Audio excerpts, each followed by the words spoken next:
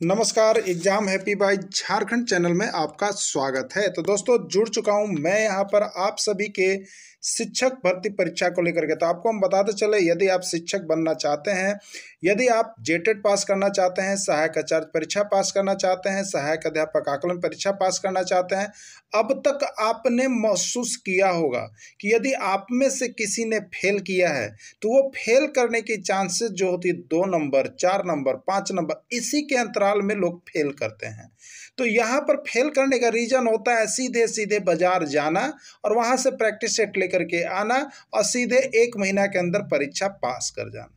तो ये सारे रोगों से आपको मुक्ति दिलाना पड़ेगा। ये जो है बहुत बड़ी बीमारी है आपकी, जो कि आप ये करते हैं और यहाँ पर पढ़ते नहीं हैं। तो आपको अगर ये 2 नंबर, 4 नंबर, 10 नंबर से यदि आप फेल कर रहे हैं, किसी में रिजल्ट नहीं हो रहा है, तो आप यहाँ पर हमारे चैनल के साथ जुड़िए, जिसमें आपको यहाँ पर एनसीईआरटी टेक्स्ट बुक पर आधारित सारे प्रश्नों की, सारे सब्जेक्ट की तैयारी करवाई जा रही है।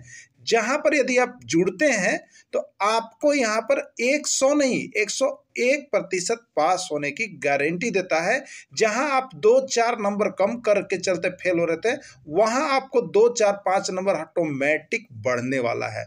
तो आप किसी भी परीक्षा की तैयारी कर रहे हो तो अपनी कमजोरी को छुपाए नहीं। जरूर आपको ये लगा होगा कि ये सही बात है। तो यदि आपको लगता है तो आप यहाँ पर अगर आकलन परीक्षा की तैयारी कर रहे हैं तो 501 रुपये में आपको लाइफ टाइम दिया जा रहा है। अगर जेटेट परीक्षा की तैयारी कर रहे हैं तो 999 रुपये, और सहायक आचार्य परीक्षा की तैयारी कर रहे हैं तो 999 रुपये में आप हमारे साथ जुड़ करके यहाँ पर डेली प्रैक्टिस कर सकते हैं, एनसीईआरटी का नोट्स खरीद सकते हैं। और यहाँ से सारी तैयारियां जब से आप करेंगे तो आपको यह महसूस होगा, कुछ ही दिनों में आपको यह महसूस होगा, आपको पता चलेगा कि जो हम में कमियां थी वो कमी अब दूर हो रहा है। तो आप जल्दी करेंगे और जरूर मित्रों को मेरा नमस्कार। तो जुड़ चुके हैं हम यहाँ पर आपके लिए झारखंड सहायक अध्यापक आकलन परीक्षा के प्रैक्टिस सेट 31 को लेकर के। तो आप देखिए यहाँ पर कितने कम समय में कितने ज्यादा प्रश्नों को करते हैं, यही यहाँ पर मेरा लाने का मकसद होता है मेरे शिक्षक बंधु। तो इसलिए आप लोग पेन और कॉपी लेकर के तैयार हो जाइए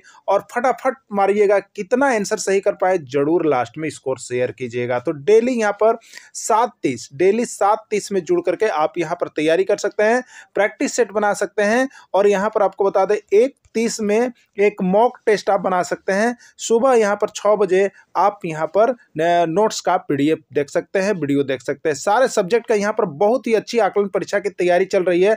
जो नहीं जुड़े हैं वो पछताएंगे, इसलिए जल्दी जुड़ जाइए क्योंकि आपको फी वही लगनी है। ठीक है, चलिए 1 जनवरी को रविवार है, तो उसी महीने में 15 जनवरी को कौन सा दिन होगा, फटाफट जोड़ बोलिए, बताइएगा शिक्षक बंधु।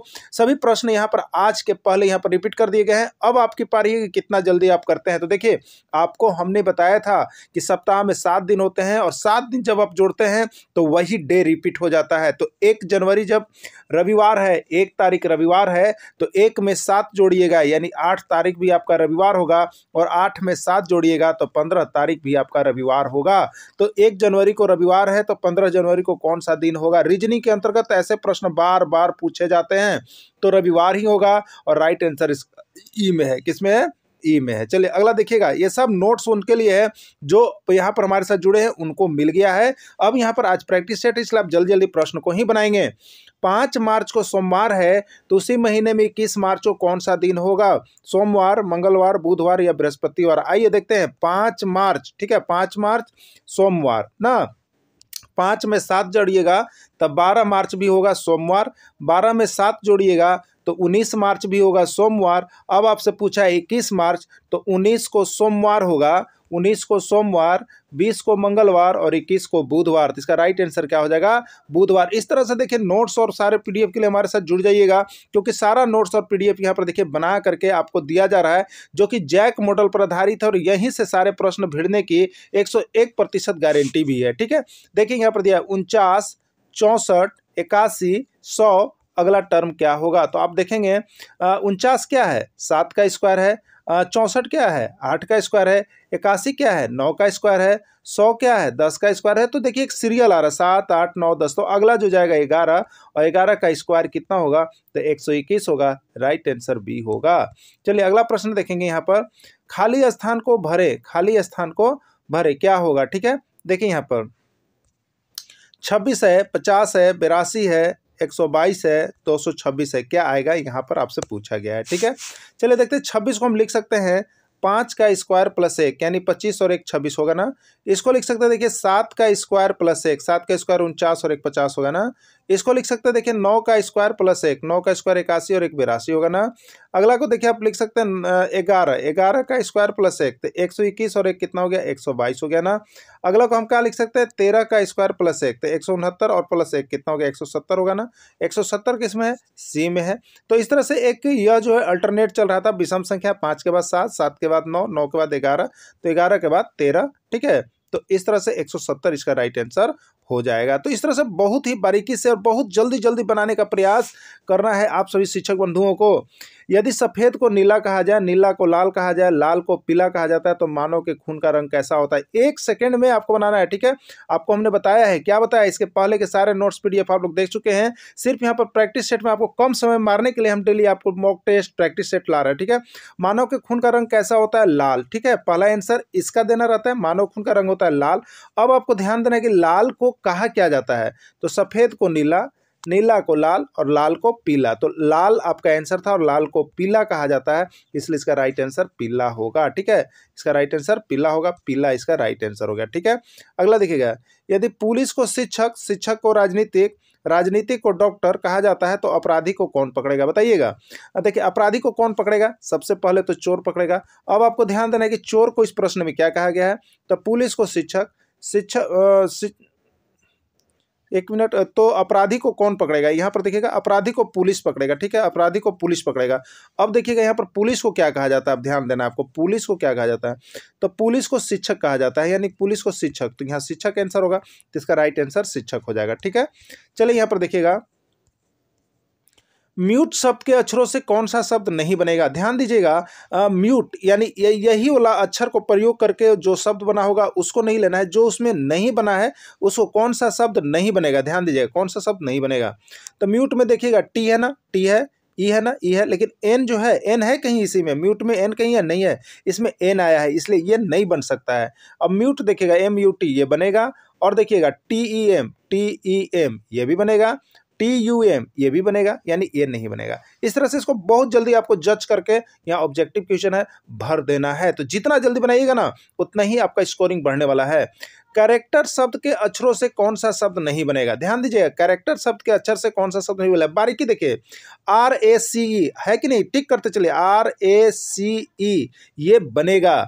अब यहाँ पूछा है कौन नहीं बनेगा, तो ये आपका आंसर नहीं हुआ। अब ACT देखिए, ACT एक्ट है ना, ये भी बनेगा। अब देखिएगा यहाँ पर हारा, HARA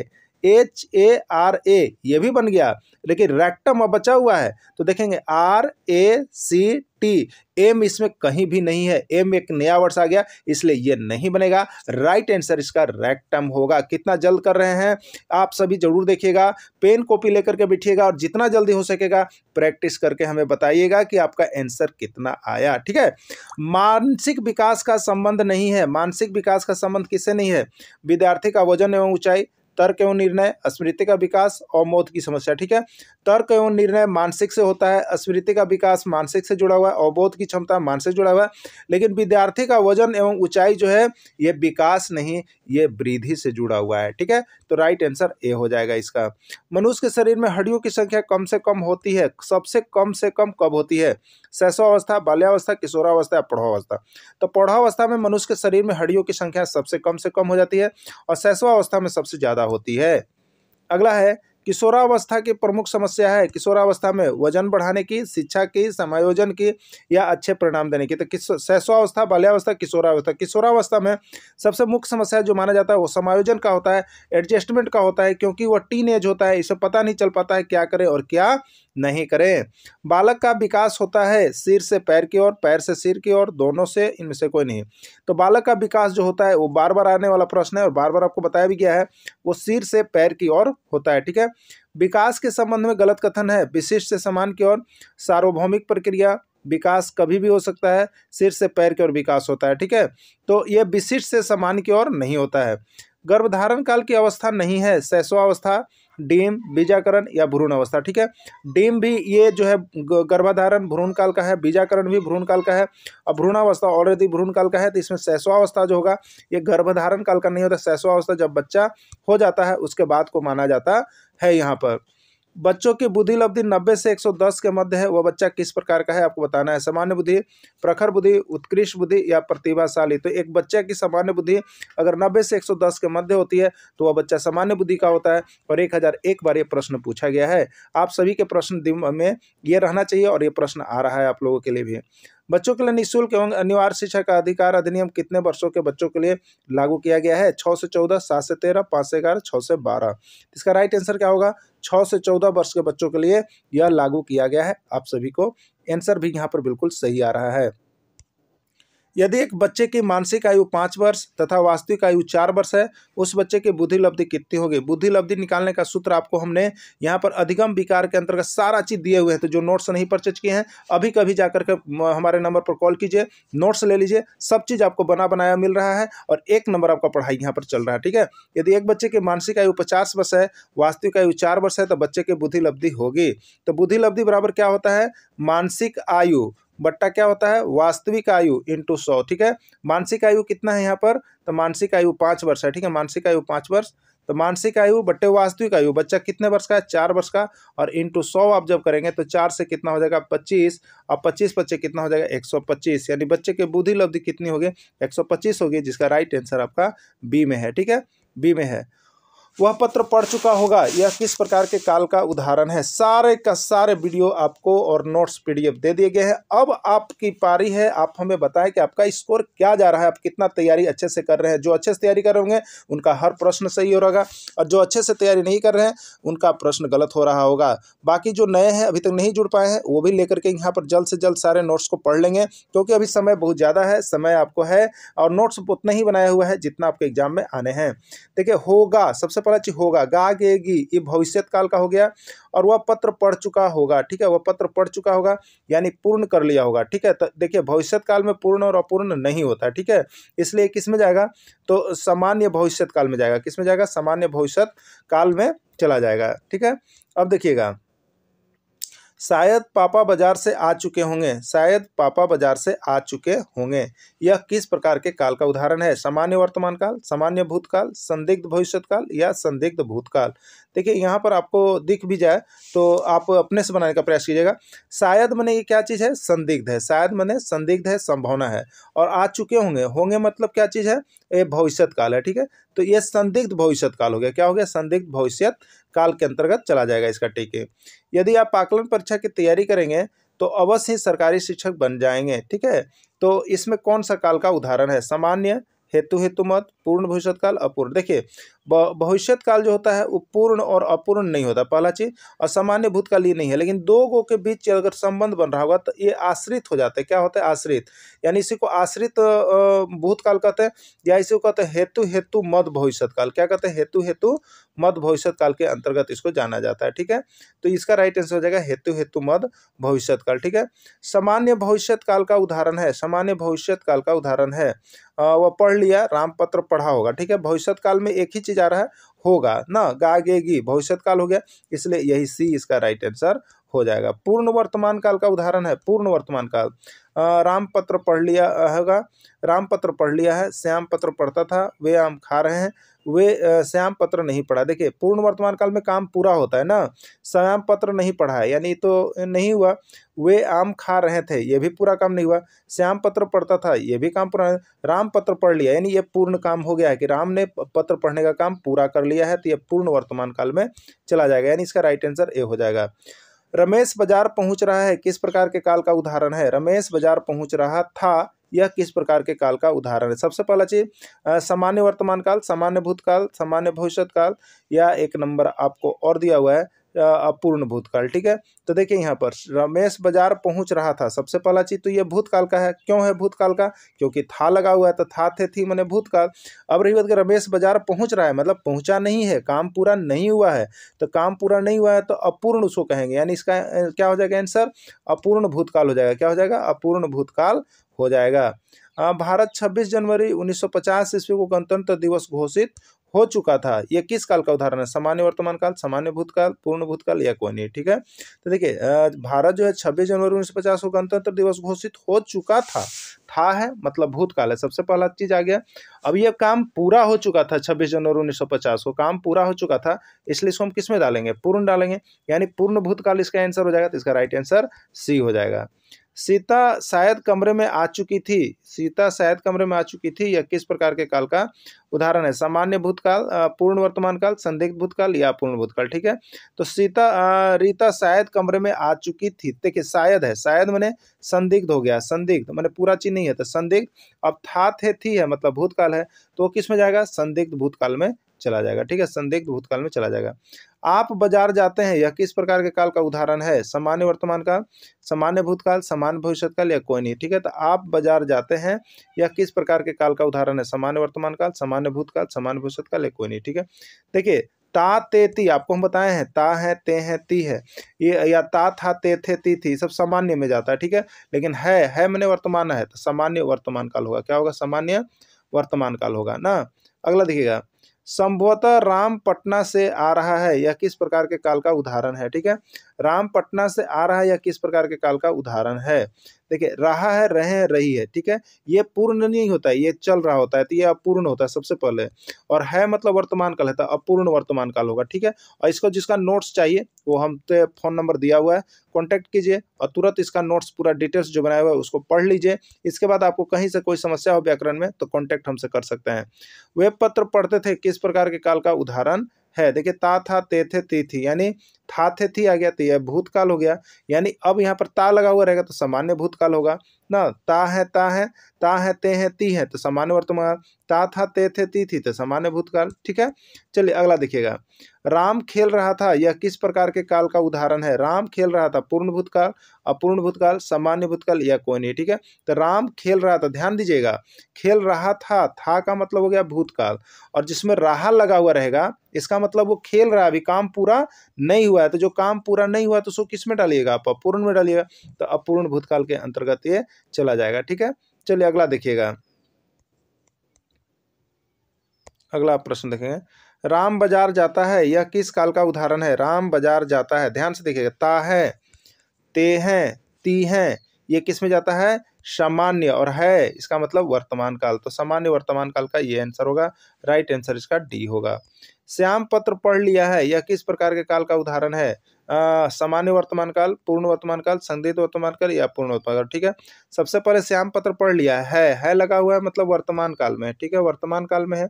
अब यहाँ पर पढ़ लिया है मतलब काम पूरा कर लिया है पढ़ने का, तो यह पूर्ण हो गया, तो दोनों मिलेगा तो पूर्ण वर्तमान काल में जाएगा। अब पूर्ण वर्तमान काल किस में है? बी में, यानी इसका राइट आंसर बी होगा। आप लोग का भी आंसर सही आ रहा होगा जरूर, हमें उम्मीद है आप लोग जरूर बताते चलेगा। सोनू पत्र लिख रहा है, यह किस प्रकार के काल का उदाहरण है? तो सोनू पत्र लिख रहा है, किस प्रकार के काल का उदाहरण है? सामान्य वर्तमान काल, पूर्ण वर्तमान काल, अपूर्ण वर्तमान काल या कोई नहीं। ठीक है, तो सोनू पत्र लिख रहा है, यानी है मतलब वर्तमान काल, और लिखिए रहा है, काम पूरा नहीं हुआ है तो अपूर्ण हो गया, यानी अपूर्ण वर्तमान काल होगा। किसमें है? सी में, यही इसका राइट आंसर हो जाएगा। ठीक है, अगला है वर्तमान काल की पहचान करें। राम बाजार जा रहा है, तुम क्या कर रहे हो, हम पुस्तक नहीं पढ़ते हैं, यह सभी। ठीक है, तो ये सभी है वर्तमान काल में, ये सभी आते हैं, जितने में है, हो, हूँ लगा हुआ रहे वो सभी वर्तमान काल में ही होते हैं, इसलिए सभी सही हो गया। यदि किसी भी वाक्य के अंत में है, हूँ, हो लगा रहे, ये चलिए वर्तमान काल की पहचान करें। वो पढ़ रहा होगा, राम सो चुका था, सीता बाजार जा रही है, कोई नहीं। ठीक है, वर्तमान काल का पहचान क्या है? लास्ट में वाक्य का है होना चाहिए, ज्यादा करके है रहता है, तो देखिए है किस में है? यस में है, सी नंबर में, यानी इसका राइट आंसर देखिए सी होगा ना। अगला आप देखेंगे, रमेश मेरे जाने से पहले पटना पहुंच चुका था, यह किस काल का उदाहरण है? ठीक है, तो रमेश मेरे जाने से पहले पटना पहुंच चुका था, यह किस काल का उदाहरण है? ठीक है, पहुंच चुका है, यह किस काल का है?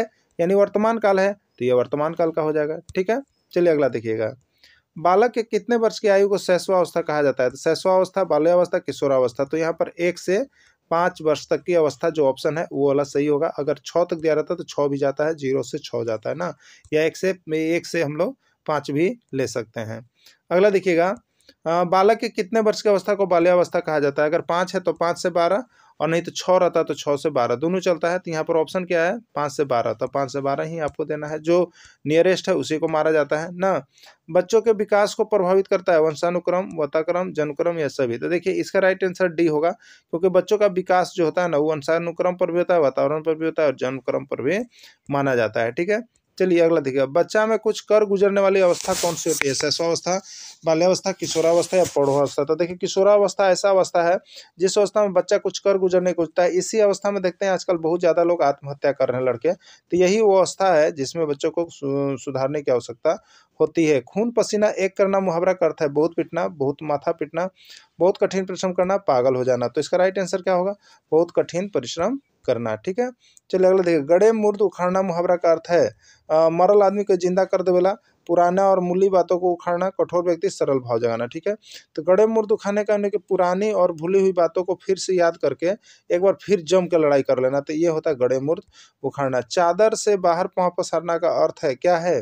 चादर से अधिक आय होना, आमदनी कम होना, पराक्रम करना या आमदनी से अधिक खर्च करना। ठीक है, तो चादर से बाहर पाँव पसारने का मतलब है, यहाँ पर देखिए चादर से बाहर पाँव पसारने का मतलब आमदनी से अधिक खर्चा करना, जितना है आमदनी उससे अधिक खर्च करना इसका होता है। आकाश पाताल एक करना मुहावरा का अर्थ है सुस्त रहना, पागल हो जाना, कड़ी मेहनत करना या कोई नहीं। ठीक है, तो आकाश पाताल एक करना मतलब कड़ी मेहनत करना, कड़ी संघर्ष करना हो जाएगा। आग में घी डालना मुहावरा का क्या अर्थ है? आग लगा दिया, क्रोध को और अधिक भड़काना, पागल करना या सुस्त होना। तो इसका राइट आंसर क्या हो जाएगा?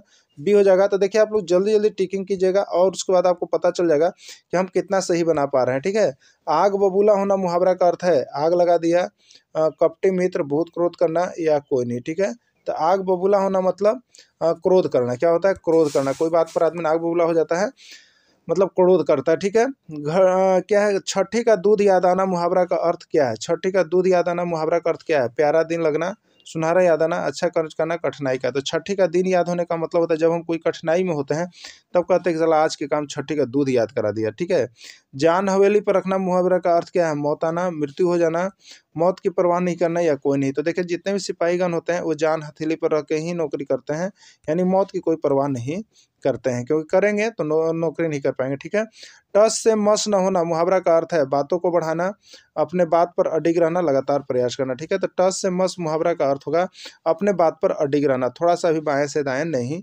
होना होता है।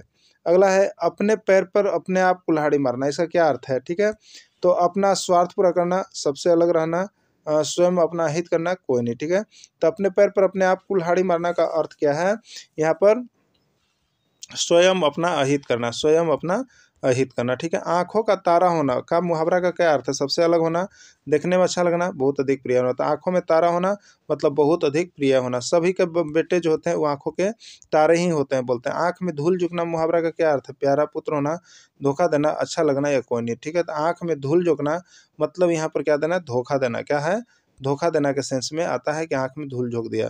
अंधों में काना राजा मुहावरा का क्या अर्थ है? मूर्खतापूर्ण व्यवहार, लज्जित होना, मूर्खों में थोड़ा समझदार या कोई नहीं। तो इसका राइट आंसर क्या होगा? मूर्खों में थोड़ा समझदार। तो देखिए आकलन परीक्षा में 101% यदि आप सफलता चाहते हैं तो आप यहाँ पर से सारे प्रश्नों को जुड़ बना लेंगे। ठीक है, अपना उल्लू सीधा करना मुहावरा का अर्थ क्या है? सबसे अलग रहकर काम करना, अपना स्वार्थ पूरा करना, स्वयं अपना अस्तित्व को अहित करना या कोई नहीं। ठीक है, तो अपना उल्लू सीधा करने का मतलब है कि यहाँ पर अपना स्वार्थ पूरा करना। ठीक है, सिर्फ अपना स्वार्थ पूरा करने के सेंस में आता है अपना उल्लू सीधा करना। अपनी खिचड़ी अलग पकाना मुहावरा का अर्थ है सबसे अलग रहकर काम करना, अपना स्वार्थ पूरा करना, स्वयं अपना हित करना या कोई नहीं। ठीक है, तो अपनी खिचड़ी अलग पकाना मुहावरा का अर्थ है यहाँ पर सबसे अलग रह करके काम करना। ठीक है, यदि कोई वस्तु अपनी दिशा हर समय बदलते रहती है तो यह किस प्रकार की गति का उदाहरण है? ठीक है, तो इसका राइट आंसर क्या होगा? सरल रेखीय गति, वृत्तीय गति, अनियमित गति या कोई नहीं। तो इसका राइट आंसर हो जाएगा देखिए अनियमित, क्योंकि वस्तु की दिशा बदल रहा है तो वो अनियमित होकर के चल रहा है। ठीक है, फूलों पर मंडराती हुई तितली की गति किस प्रकार की गति का उदाहरण है? सरल रेखीय गति, अनियमित गति, वर्तुल गति या कोई नहीं। तो देखिए फूलों पर जो पक्षी मंडराते या तितली मंडराते रहते हैं उनकी गति का कोई दिशा नहीं होता, कभी बाएं उड़ते हैं तो कभी ऊपर उड़ते हैं तो कभी दाएं उड़ते हैं तो कभी नीचे उड़ते हैं। तो ये सभी को अनियमित गति कहते हैं, जहां मन तहां वो सब कर सकते हैं। ठीक है, मौत के कुआं में चलती हुई कार की गति होती है वर्तुल गति, सरल रेखीय गति, आवर्ती गति या कोई नहीं। ठीक है, तो देखिए मौत के कुआं में जो ये चलती है वो वर्तुल गति होती है, वृत्तीय गति इसका ज़्यादा राइट आंसर होगा, है ना। अगला देखिए, सीधी सड़क पर चलती हुई वाहन की गति कैसी गति है, सरल रेखीय गति, आवर्ती गति, वर्तुल गति या कोई नहीं। देखिए सीधी सड़क पर जो कार दौड़ेगी वो सीधी रेखा में दौड़ेगी, इसलिए उसको हम लोग कहेंगे सरल रेखीय गति। ले लीजिए ये सारा नोट्स, देखिए आप लोग जो वीडियो अभी देख रहे हैं ये सारा नोट्स उसका वीडियो सब बना हुआ है, सब आप परचेज कर लीजिए। और एक लाइन से आपको चैप्टर वाइज बना हुआ है टेक्स्ट बुक का, तो सबको अभी अभी लेकर के जुड़ जाइएगा, जितना जल्द हो सके जुड़ने का प्रयास कीजिएगा। और उसके बाद जो है यहाँ पर तैयारी कीजिएगा, 101% सफलता मिलेगी मेरे प्यारे शिक्षक बंधु, तो जल्द से जल्द आप लोग ले लेंगे। ठीक है, यदि कोई वस्तु गोल गोल वृत्ताकार पथ की ओर गति करती है तो कौन सी गति कहलाती है? यदि कोई वस्तु गोल वृत्ताकार पथ की ओर गति करती है तो यह गति कौन सी गति कहलाती है? तो इस गोल गोल यदि गति करती है तो आप समझ जाइए गति कौन सी कहलाएगी। तो यह गति जो कहलाएगी वो वर्तुल गति कहलाएगी या वृत्तीय गति कहलाएगी। ठीक है, चलिए अगला देखिएगा। पृथ्वी का सूर्य के चारों ओर परिक्रमा करना क्या कहलाता है? वृत्तीय गति, सरल रेखीय गति, आवर्ती गति या कोई नहीं। ठीक है, तो पृथ्वी का सूर्य के चारों ओर परिक्रमा करना तो गोल गोल परिक्रमा करेंगे, तो उसको हम लोग वृत्तीय गति के अंतर्गत डालेंगे। ठीक है, और एक चीज़ और हो सकता है, देखिए एक निश्चित समय अंतराल पर भी यह गति दोहराते रहती है, निश्चित समय अंतराल बना होता है, तो उसको हम लोग आवर्ती गति भी दे सकते हैं। लेकिन यहाँ पर अगर वृत्तीय गति आता है तो आवर्ती गति बहुत कम चांस रहता है, हम आपको यहाँ पर दिए हैं बताने के लिए, इसलिए वृत्तीय और आवर्ती दोनों में जा सकता है, लेकिन ज़्यादा आंसर इसका जो होता है वो वृत्तीय गति का ही आता है ना। इनमें कौन लीप वर्ष नहीं है? आपको बताना है कौन लीप वर्ष नहीं है। तो देखिए दो तरह के वर्ष होते हैं ना, एक होता है लीप वर्ष, एक होता है नॉन लीप वर्ष। ठीक है, या सामान्य वर्ष। तो लीप वर्ष में होता क्या है कि आप अगर इस तरह का दिया हुआ है तो इसमें 4 से भाग दीजिएगा, 4 से भाग दीजिएगा। अगर पूरी कट गया तो आपको कहिएगा कि लीप वर्ष है, और नहीं कटा तो वो नॉन लीप ईयर या सामान्य वर्ष का नाम है। ठीक है, तो यहाँ पर 2020 है ना, क्या है आपका 2020 है, 2020 है, तो 2020 में 4 से भाग लगाइए ना। तो देखिए ये पूरा को नहीं देखना है, आपको दाहिने तरफ से सिर्फ 2 अक्षर देखना है। बार बार मैं बता रहा हूँ इसको, दाहिने तरफ से 2 अक्षर 4 का नियम कहता है। तो 4 × 5 = 20 हो गया, कट गया ना, तो ये लीप ईयर है। ये 12 में देखिए तो 4 × 3 = 12 होता है, कट गया ना, ये भी लीप वर्ष है। और यहाँ पर देखिए 2 है ना, तो 2 नहीं कटेगा, लेकिन 4 कटेगा कि नहीं कटेगा, कट जाएगा ना। तो ये जो है 2002 जो है वो नॉन लीप ईयर है और सामान्य वर्ष है। ठीक है, अगला देखिएगा, इसमें कौन लीप वर्ष है? इसमें कौन जो है लीप वर्ष है बताइएगा? 2001, 2016, 2013 या सभी। ठीक है, लीप वर्ष के लिए 4 से भाग लगाइए, तो 1 में 4 से लगेगा नहीं, तो ये क्या है? नॉन लीप ईयर है। 16 में 4 से भाग लगेगा क्या? 4 × 4 = 16 लग गया ना, तो लग गया, इसलिए ये लीप वर्ष है। ये कौन सा है? लीप वर्ष है, यही आपका राइट आंसर हो जाएगा। चलिए अगला, केरल का प्रमुख त्यौहार कौन सा है? केरल का प्रमुख त्यौहार कौन सा है? ओणम, पोंगल, बैसाखी या दंडी? तो केरल का प्रमुख त्यौहार जो होता है ओणम है। और सभी नोट्स वीडियो सभी दे दिए गए हैं, सभी सब्जेक्ट वाइज दिए गए हैं, तो आप लोग जो अभी तक नहीं खरीदे हैं फटाफट खरीदिए, क्योंकि सभी चैप्टर का सभी का चल रहा है यहाँ पर टेस्ट सीरीज। और उसके साथ यहाँ पर ये जो टेस्ट सीरीज चल रहा है वो सफलता टेस्ट सीरीज आप लोग का होगा। महाराष्ट्र का प्रमुख त्यौहार है ओणम, पोंगल, गुड्डी या यहाँ पर क्या है? ठीक है, तो जो महाराष्ट्र का प्रमुख त्यौहार है वो आपका है देखिए गुड़ी पड़वा। ठीक है, झारखंड में कौन कौन से नृत्य होते हैं? छऊ, पाइका, कर्मा या सभी? तो देखिए झारखंड में जो नृत्य होते हैं वो छऊ भी होते हैं, पाइका भी होते हैं, कर्मा, ये सभी झारखंड का है, यानी इसका राइट आंसर सभी होगा। गुजरात का मुख्य नृत्य है गरबा, डांडिया, कोई नहीं, ए और बी दोनों। ठीक है, तो गुजरात का जो प्रमुख लोक नृत्य है उसको गरबा कहते हैं या डांडिया कहते हैं, ये दोनों जो है गुजरात का ही यहाँ पर ऑप्शन है। हिंदुओं का धार्मिक ग्रंथ है कौन सा है? वेद, पुराण, रामायण या सभी? तो देखिए यहाँ पर आप देखिएगा तो हिंदुओं का जो पवित्र धार्मिक ग्रंथ होता है वेद भी है, पुराण भी है, रामायण भी है, यानी इसका राइट आंसर जो हो जाएगा वो आपका सभी हो जाएगा। इस्लाम का धार्मिक ग्रंथ है कुरान शरीफ, वेद, बाइबल या कोई नहीं। ठीक है, तो इस्लाम का जो धार्मिक ग्रंथ है वो क्या है आपको? तो यहाँ पर कुरान शरीफ होता है। ठीक है, जल्दी जल्दी मारिएगा, ये धार्मिक ग्रंथ सारे का नोट्स हम दे दिए, सभी धर्मों का धार्मिक ग्रंथ का नोट्स दे दिए हैं। और ये सभी देखिए आपको टेक्स्ट बुक का है, जितने आप प्रश्न देख रहे हैं ये सबसे खुशी की बात है टेक्स्ट बुक का है। और आप देख रहे होंगे तो सारे प्रश्न आपके एग्जाम में पूछे गए हैं, टेक्स्ट बुक का ही प्रश्न है। ईसाइयों का प्रमुख धार्मिक ग्रंथ है कुरान शरीफ, वेद, बाइबल या कोई नहीं। तो इसका राइट आंसर क्या होगा? बाइबल। देखिए आपको यहाँ पर कितने प्रश्न दिए जा रहे हैं? आपको 200 प्रश्न दिए जा रहे हैं, आपके पास समय है 180 मिनट। एकदम हल्के प्रश्न रहेंगे, लेकिन आप अपना स्पीड बढ़ाइएगा, एक्यूरेसी बढ़ाइएगा, नहीं तो फेल कर जाइएगा। दोस्तों स्पीड और एक्यूरेसी के लिए हमारे चैनल को ज्वाइन कर लीजिए, क्योंकि डेली आपको यहाँ पर प्रैक्टिस सेट अभी चल रहा है शाम 7:30 में। सिखों का पवित्र धार्मिक ग्रंथ है कुरान शरीफ, वेद, बाइबल या गुरु ग्रंथ साहिब। तो देखिए कुरान शरीफ किसका हो गया, मुस्लिम का हो गया। वेद किसका हो गया, हिंदुओं का हो गया। बाइबल किसका हो गया, सिख का हो गया। तो अब देखिएगा यहाँ पर सिखों का किसका हो जाएगा, तो गुरु ग्रंथ साहिब का हो जाएगा।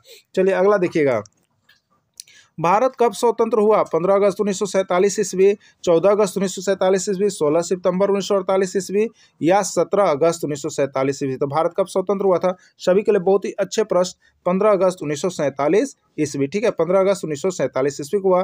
भारत कब गणतांत्रिक देश बना, 26 जनवरी 1949 ईस्वी, 26 जनवरी 1950 ईस्वी, 26 जनवरी 1948 ईस्वी या 26 जनवरी 1951 ईस्वी। ठीक है, तो भारत जब गणतंत्र हुआ उस दिन 26 जनवरी 1950 को गणतंत्र घोषित किया गया है, गणतंत्र लागू किया गया है। भारतीय संविधान की विशेषता है, भारतीय संविधान की क्या विशेषता है आपको बताना है, अनेकता में एकता, भाषीकरण, एकीकरण या कोई नहीं। ठीक है, तो भारतीय संविधान की जो विशेषता है वो है आपका क्या चीज, अनेकता में एकता। यहाँ पर अनेक धर्मों के लोग रहते हैं लेकिन सभी में एकता बना हुआ रहता है। विश्व का दूसरा सबसे बड़ा देश है चीन, अमेरिका, भारत या ब्राजील। तो विश्व का सबसे पहला और बड़ा देश जो है वो आपका चीन है, लेकिन यहाँ पर विश्व का दूसरा सबसे बड़ा देश अगर बात करें तो वो आपका हो जाएगा, भारत का स्थान आता है। अगला है, शिक्षक को ज्ञान होना चाहिए, अध्यापक विषय का, बाल मनोविज्ञान का, शिक्षक संहिता का, अध्यापन विषय एवं बाल मनोविज्ञान का। ठीक है, अध्यापन विषय एवं बाल मनोविज्ञान का। तो यहाँ पर देखिए डी होगा, अध्यापन विषय के साथ साथ बाल मनोविज्ञान के यदि ज्ञान है तो शिक्षक जो है बहुत ही अच्छा कर सकता है। शिक्षक और विद्यार्थी के मध्य संबंध किसका होना चाहिए, स्नेह का, विश्वास का, सम्मान का, सभी। तो शिक्षक और विद्यार्थी के बीच जो संबंध होना चाहिए वो सभी का होना चाहिए। ठीक है, सभी होना चाहिए। बच्चों में नैतिकता की स्थापना करने का सर्वोत्तम मार्ग क्या है, बच्चों जो है करेक्टर हो उसमें करेक्टर, तो उसके लिए सर्वोत्तम मार्ग कौन सा है, उन्हें धार्मिक पुस्तक पढ़ना चाहिए, शिक्षक आदर्श रूप में व्यवहार, उनका मूल्य शिक्षा पर मूल्यांकन, उन्हें प्रातःकालीन सभा में उपदेश। जी नहीं, देखिए हर एक बच्चा जो होता है वो अपने नियरेस्ट जो शिक्षक होते हैं उनके आदर्श व्यवहार को ही देख करके सीखते हैं। यदि शिक्षक अच्छे हैं तो बच्चे भी वहाँ के अच्छे बनते हैं। तो शिक्षक का आदर्श रूप से व्यवहार जो होता है ये काम आता है बच्चों के लिए। एक अच्छा अध्यापक वह है जो अध्यापन के लिए व्याख्या विधि का प्रयोग करता है, सदैव प्रदर्शन के माध्यम से सिखाता है, विद्यार्थियों को सदैव सीखने के लिए प्रेरित करता है और विद्यार्थियों को सदैव अनुशासन में रखता है। तो एक अच्छा अध्यापक कौन है आपकी दृष्टि से, तो देखिए इसका राइट आंसर होगा वो विद्यार्थियों को सदैव सीखने के लिए प्रेरित करता है, क्योंकि एक अच्छा अध्यापक वही है जो विद्यार्थियों को मोटिवेट करता है और कुछ सिखाने के लिए हमेशा प्रयत्न करते रहता है या कुछ सीखने को बताते रहता है। एक अध्यापक की दृष्टि से कौन सा कथन सर्वोत्तम है, प्रत्येक बच्चा सीख सकता है, कुछ बच्चे सीख सकते हैं, अधिकतर बच्चे सीख सकते हैं, बहुत कम बच्चे सीख सकते हैं। देखिए तो यहाँ पर क्या है, आपको जो है प्रत्येक बच्चा सीख सकता है। एक अध्यापक दृष्टि से हर बच्चा जो होता है एक तरफ से क्वालिफाइड होता है और हर बच्चा जो है यहाँ पर क्या कर सकता है, सीख सकता है। अधिगम को प्रभावित करने वाला व्यक्तिगत कारक है, क्या है, अधिगम को प्रभावित करने वाला व्यक्तिगत कारक है संचार के माध्यम, समवयस्क समूह, अध्यापक, परिपक्वता एवं आयु। ठीक है, तो इसका राइट आंसर हो जाएगा परिपक्वता एवं आयु जो है अधिगम को सिखाने के लिए बहुत ही अच्छा है। शिवानु द्वारा पूछे गए प्रश्न का उत्तर शिक्षक तत्काल नहीं दे सकता है, शिक्षक की प्रतिक्रिया क्या होनी चाहिए। देखिए आप लोग जल्दी जल्दी बनाइएगा क्योंकि ये प्रैक्टिस सेट है और इसमें आप जितना जल्दी बना सकते हैं आपको उतना ही कम समय के लिए है। अगर इसका डिटेल्स वाली आपको चाहिए तो आप डिटेल्स के लिए हमारे यहाँ से नोट्स परचेज कर लीजिए जो आपको अवेलेबल है। आप यहाँ से जब परचेज करते हैं तो आपको सारी चीज़ें डिटेल्स में आप वहाँ जाकर पढ़ सकते हैं, लेकिन प्रैक्टिस सेट में आपको कम समय में ज़्यादा बनाना है, इसलिए पेन और कॉपी लेकर बैठिए और फटाफट आंसर का जवाब देते चलिए और बताइएगा कि कितना आंसर आपका सही हो। स्कोर जरूर शेयर कीजिएगा मेरे शिक्षक बंधु।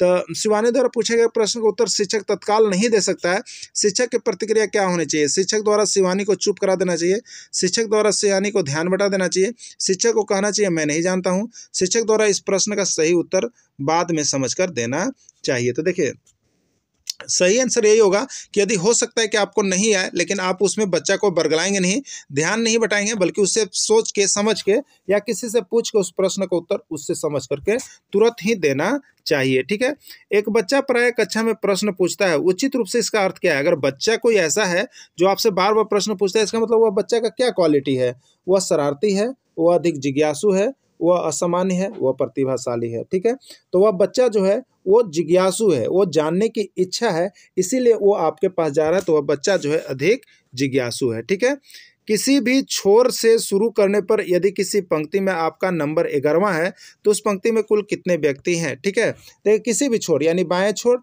या दाएं छोर कहीं से स्टार्ट कीजिएगा तो आपका स्थान कितना आ रहा है 11वां। तो अगर एक ही व्यक्ति है और दोनों छोर से उसका स्थान दिया हुआ रहता है तो टोटल बराबर होता है, देखिए लेफ्ट प्लस राइट और -1, क्योंकि दोनों छोर से आप देखेंगे तो दो व्यक्ति का काउंटिंग होगा, लेकिन है वही व्यक्ति, इसलिए एक को घटा दीजिएगा आप। ठीक है, तो लेफ्ट प्लस राइट -1 तो 11 है, तो 11 प्लस 11, लेफ्ट भी 11 राइट भी 11, 22 और -1 तो 21। राइट आंसर किस में, बी में है। देखिए इसका नोट्स तो इतना भव्य बनाया गया है आपको मेरे प्यारे शिक्षक बंधु, देखिए तो आप लोग जल्दी जल्दी खरीदिए नोट्स को। ठीक है, आप जो समय का गवा रहे हैं ना वो आपको एक दिन बहुत महंगा पड़ने वाला है।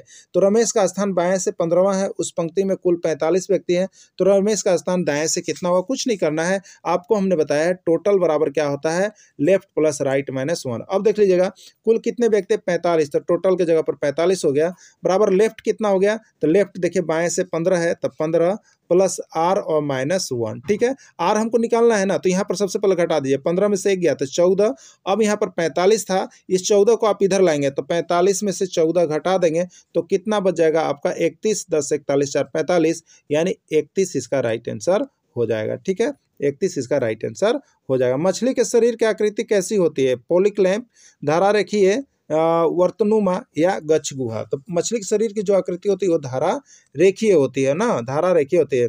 सर्प का शरीर को आगे की ओर धकेलता है कौन, बलय होता है, धारा रेखीय होता है, उपास्थि होता है, कोई नहीं। तो देखिए बलय होता है, जिससे वो घूम घूम रोटेट कर करके वो आगे बढ़ते रहता है, तो वो बलय हो जाता है। ठीक है, किसानों की मिट्टी को पोला कौन बनाता है, किसानों की मिट्टी को पोला कौन बनाता है, केचुआ, तिल चट्टा, घोघा या कोई नहीं। तो देखिए केचुआ को किसानों का मित्र कहा जाता है, इसलिए किसानों की मिट्टी को पोला जो है वो केचुआ बनाता है। देखिए आपको लग रहा होगा बड़ा आसान क्वेश्चन सर दे रहा है, लेकिन देखिए ये आपका टेक्स्ट बुक का है, आसान नहीं है। आप जब प्रश्न को उसमें मिलेगा ना तो आप तो सब गलती करके आते हैं, इसलिए एकदम कन्फर्म रहिएगा, कन्फ्यूज मत कीजिएगा एग्जाम में। ठीक है, आटा में से चोकर को किस विधि द्वारा अलग करते हैं बताइए, हस्तचयन विधि, चालन विधि, निष्पावन विधि या थ्रेसिंग विधि।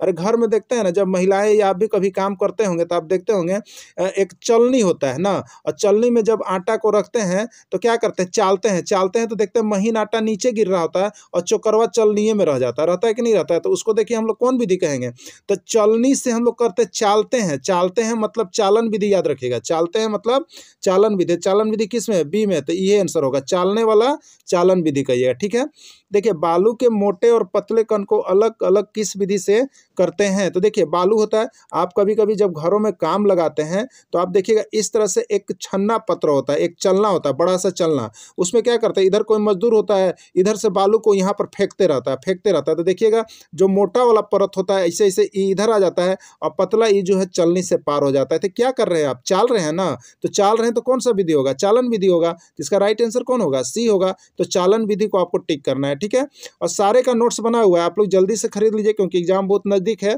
जितना जल्द आप नोट्स को पढ़ते हैं उतना ही आपका मार्क्स अच्छा आने वाला है। यहाँ से चावल में मिले धूल के कण को किस विधि द्वारा अलग करते हैं, चावल में मिले धूल के कण को किस विधि द्वारा अलग करते हैं, हस्तचयन विधि, निष्पावन विधि, अवसादन विधि या निस्तारण विधि। ठीक है, तो देखिए यहाँ पर जो होता है तो आप लोग देखते होंगे निस्तारण में क्या है कि जैसे महिलाओं को आप देखते होंगे जब हम लोग को चावल परियाना कहते हैं, उसी को हम लोग भाषा में क्या कहते हैं, चावल को परियाते हैं ना, तो पानी लेते हैं और उसी में चावल, अब उसको बार बार क्या करते हैं, तो पानी को गिराते हैं और चावल अलग करते जाते हैं। तो लास्ट में आप देखिएगा तो जब जो मोटा मोटा उसमें जो दाना होता है, कण होता है, वो तली में बैठ जाता है, तो इसको निस्तारण विधि कहते हैं ना, वो निस्तारण विधि से हम लोग करते हैं। तो चलिए दोस्तों, इस तरह से आज का प्रैक्टिस सेट में आपने कितने प्रश्नों को सही किया, आप हमारे पास स्कोर बोर्ड जरूर भेजिए अपने व्हाट्सएप नंबर से, और डेली यहाँ पर 7:30 में जुड़ करके आप प्रैक्टिस सेट बना सकते हैं, जो कि 101% आपका परीक्षा में आने वाले हैं। और जो लोग अभी तक हमारे चैनल के साथ नहीं जुड़े हैं या अभी तक नोट्स को परचेज नहीं किए हैं, तो आज अभी वीडियो देखने के बाद अभी ही जुड़ जाइएगा, जिससे कि आपको यहाँ पर आकलन परीक्षा में 101% सफलता मिल सके। यदि आप नहीं जुड़ते हैं तो आकलन परीक्षा में आपके खराब स्कोर हो सकते हैं, इसलिए आप जल्द से जल्द जुड़ने का प्रयास करेंगे। वीडियो के अंत तक जुड़े रहें, इसके लिए आप सभी को बहुत बहुत धन्यवाद।